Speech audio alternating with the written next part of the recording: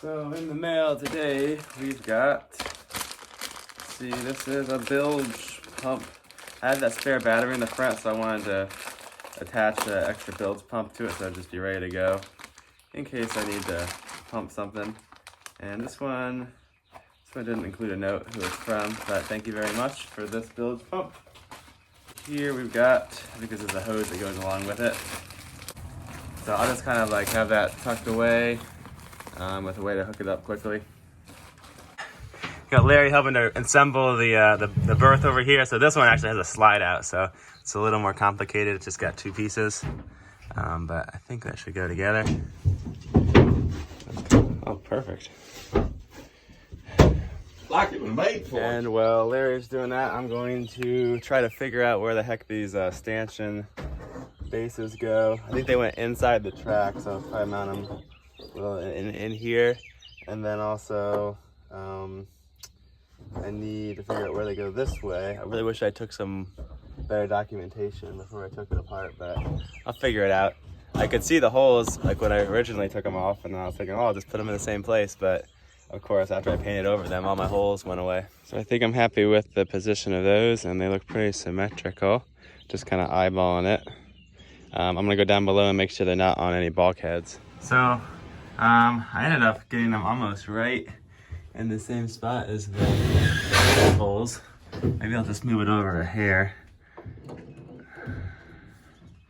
That looks just right. On this side though, I'm gonna need to move my little cable tie down. I didn't realize that was in the way. I got a bunch of 3/16, 1/4-20. I got one of the hex head machine screws to put the stanchions on. For some reason, a lot of the old ones were way longer than they needed to be, and they were bent really bad too. So I figured I wouldn't reuse them.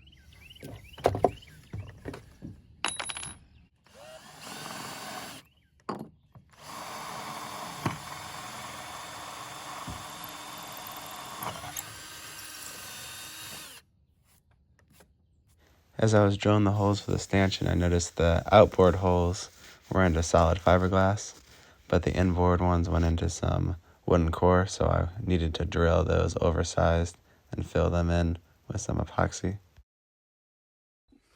I'm using some of this gaff tape now to go underneath the holes so it doesn't drip the epoxy just straight through here.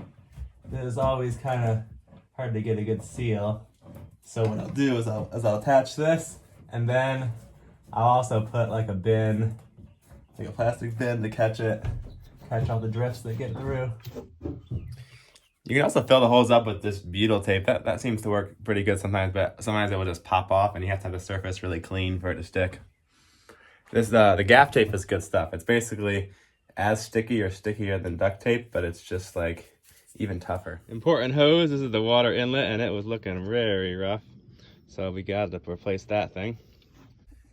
So we're gonna have a new hose there, and Larry's taking this apart to clean it out, lube it up, and same thing with, we're gonna put a handle on that seacock back there. That's my salt water through hole, seacock, whatever.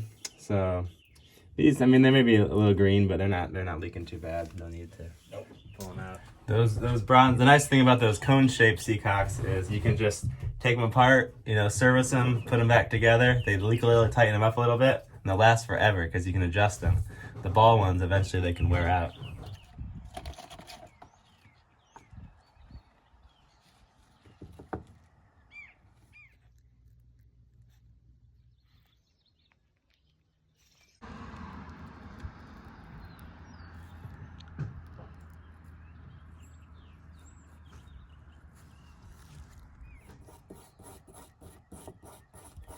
So this track I'm putting on here is, I was debating not using the track, just doing some pad eyes for the sheet attachments, but I decided to just put it back on there because it would need at least 2 or 3 attachments anyway, and there's not that many more holes, but it's kind of a bummer I have to drill this many holes. I'm just studying my old videos to try to figure out where the heck this thing belongs. But I think about right here looks like it'll work.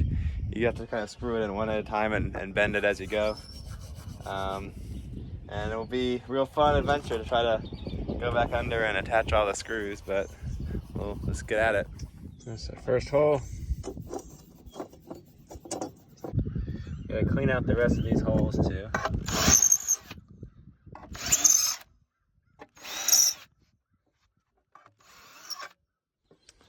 So it's taking the bend all right. Just moving a little bit at a time. I got the first one on, and now I have to join these up, and I've never been able to make them line up perfectly, and I'm not planning on starting now, so we'll just see how close I can get it.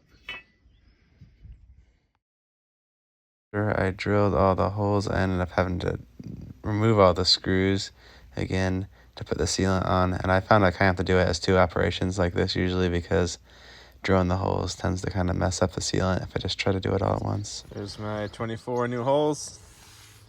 Get cleaned up for sealant. So I put sealant on the first 12 machine screws, and then I'm gonna go up and attach them. So the first one's in, and I put this beetle tape on here. And I think some people like to just put a whole strip over it, or maybe put it on the actual hardware itself. But I found it's always so hard to get the screws to go through that. I mean, it's possible, but with this many, they just get the screws all gummed up, and it's really hard to get them in. So I just put it around the holes, because that's all I really need to seal. All right, so we're putting this shelf in. So this is the folding bike's going to go beneath it, and then we'll have a shelf up here for the dinghy. And we're just reusing this old wood, and we'll have a little bit of I think a fiddle, that's what it's called, right? To keep stuff from sliding out. And then we put a slight little angle in there just to kind of hold stuff in. And I think this will be a great use of this space. We're going to reuse this table, which is way too big for my boat, and we'll use that as the shelving.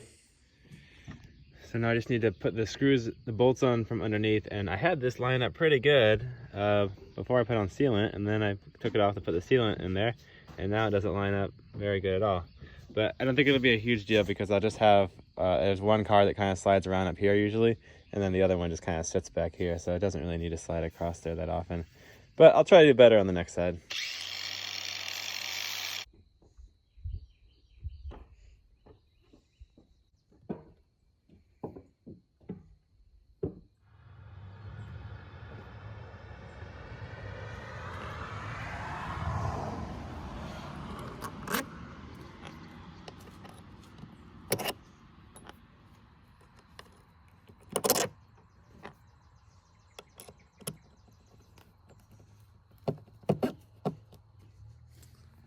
There's a certain school of thought, and maybe it's even the right way to do it, is to chamfer all the holes you drill in the boat so that the sealant squeezes down in there. But I don't know, in my head it just feels like that would funnel the water in.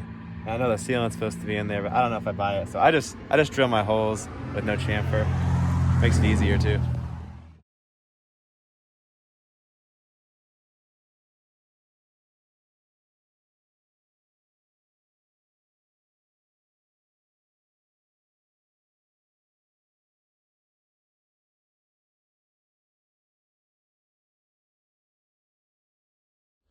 Now I got the tracks and the stanchion bases all mounted up. I'm just gonna go inside and put the nuts on.